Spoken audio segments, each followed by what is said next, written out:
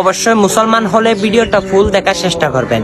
আমার প্রিয় নবীজির বড় স্ত্রী মা হাদিজাতুল কুবরা আমার রসুলকে বলে, ইয়া রাসূলুল্লাহ, আমি মারা যাওয়ার পর 3টা জিনিস আপনাকে করতে হবে, কারণ আমি হাদিজাতুল কুবরা আপনাকে জীবন জৈবন সহ, শুধু তাই না, আমার দন বাড়ি দৌলত আমি ফেলে রেখে আপনার প্রেমে মুগ্ধ হয়েছি, আপনাকে জীবন সঙ্গী করেছি ইয়া রাসূলুল্লাহ। আমি মরার পর আপনাকে 3টা শর্ত পূরণ করতে হবে। প্রথম শর্ত হচ্ছে আমি মারা যাওয়ার পর আপনার জামা মুবারক দিয়ে আমার কাফন দিতে হবে।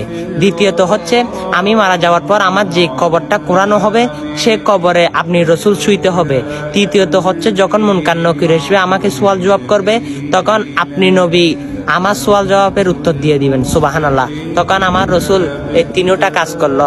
মা হাদিজাতুল কুবরার কবরের পাশে চলে আসলো, এসে বসে আছে, দেখে জিব্রাইল আমিন হঠাৎ নাজিল, ইয়া রাসূলুল্লাহ, আমি জানি আপনি কেন বসেছেন, আল্লাহর দরবার থেকে আমি এসেছি, আপনি হাদিজাতুল কুবরা 3টা প্রশ্নের উত্তর দিতে চান?